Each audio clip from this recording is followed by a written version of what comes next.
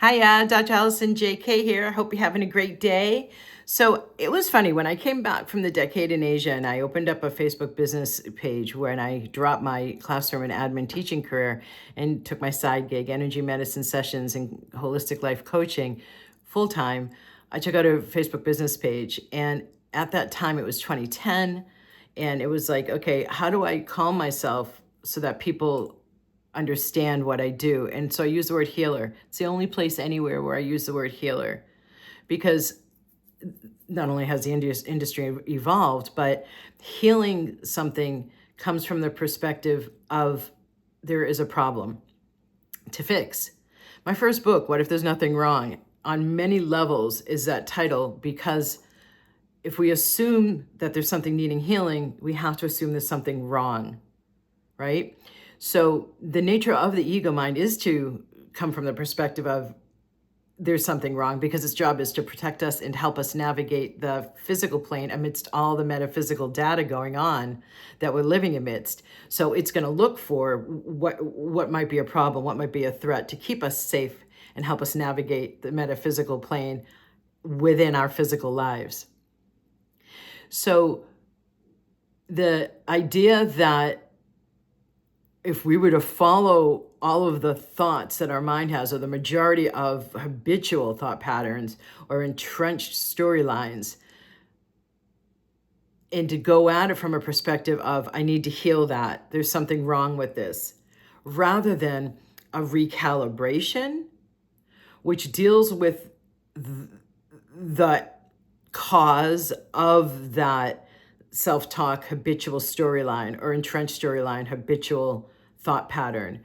Meaning, recalibration evolves you beyond the point. When you heal something, not only is it an idea of, I have to fix a problem because you have concluded there is something wrong that you're trying to heal, but it also is what I've seen in the spiritual industry nowadays, is it really seems to become like this, particularly with women, because there's a whole host of conditioning that I work so intensively on.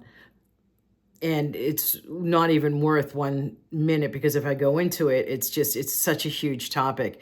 But women are particularly vulnerable to go about, I have to do more, I have to be better, I have to be a good girl, I have to be perfect, I have to improve. And much of that is from conditioning, when the divine feminine and divine masculine have been in their toxic forms and out of balance.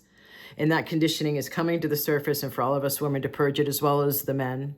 However, what I see the majority of the time, as many of you know, women are the ones on the summits and on buying the packages and investing in their spiritual development. And that's more aligned with what I understand about karma. I spent tens of thousands of dollars investing in learning about karma, including my decade in Asia and how it works. And it's not punishment. It's more, you have a couple of key patterns that seem limiting, that seem like you're hitting a ceiling with in your life, and they're called Samskaras in Sanskrit to English, the yogic philosophy. And so we're meant to evolve beyond those points. That's not, we're meant to heal them, because there's a stoppage with healing. My hand keeps doing this, and it's interesting how much more involved my hands have gotten in intuitive interpretations over the last couple of years. But there's a cap on it when you approach it from healing. When we recalibrate, what we're doing is taking what has been deadened or locked down, unconscious and subconsciousness, as well as the relevant locks vibrationally in the subtle energy system, and flushing vital life force energy through all of them, so that it goes to the conscious mind, and you end up hearing yourself talk, go higher.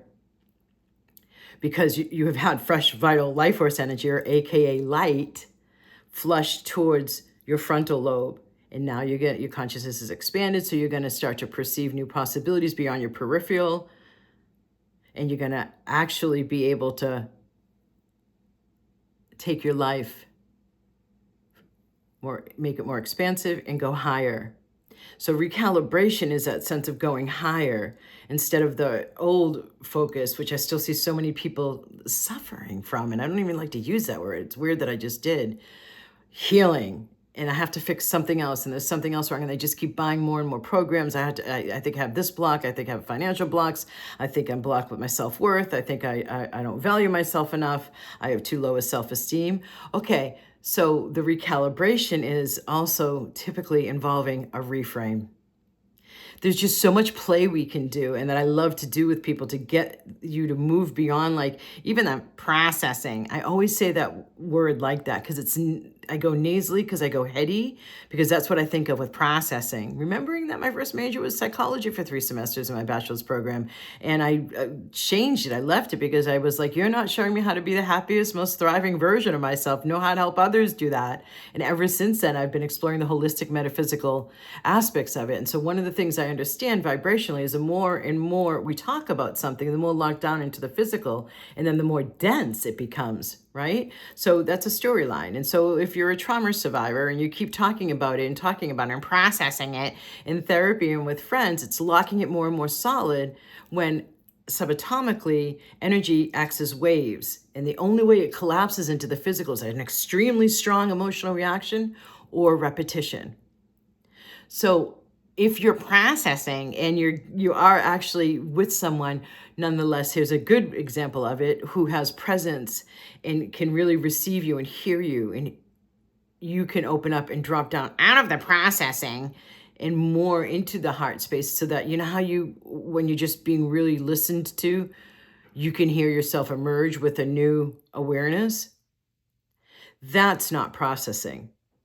So these things that I'm talking about, is a really brief way to say it, is how to come out of the mind and drop down into the heart, or drop up into the higher self and have more spirit embodied into your material life. But there's obviously many techniques and specifics along the way, including the very nuanced bottom line of this whole video. Do you approach your personal development? Do you approach it as personal development, spiritual growth, or self-improvement, self-help? I actually had to fight with the publisher of my first book. It was Hay House's press, to not be having my book in the genre, classified in the genre of self-help. I was like, no, it is new thought. It is not self-help. So yeah, we're in incredibly immense, intense times, but incredibly auspicious, where we're all being asked to recalibrate. And if you go for the recalibrating version versus the self-improvements, self-help healing version, it's going to be a lot more fun and a lot quicker and a lot richer in all meanings of the word. Blessings. Shanti means peace from Sanskrit to English. Om Shanti. Feel free to sing it with me. Shanti.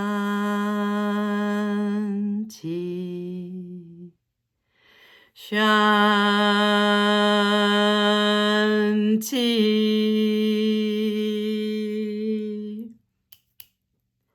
Just felt the call to do that lately.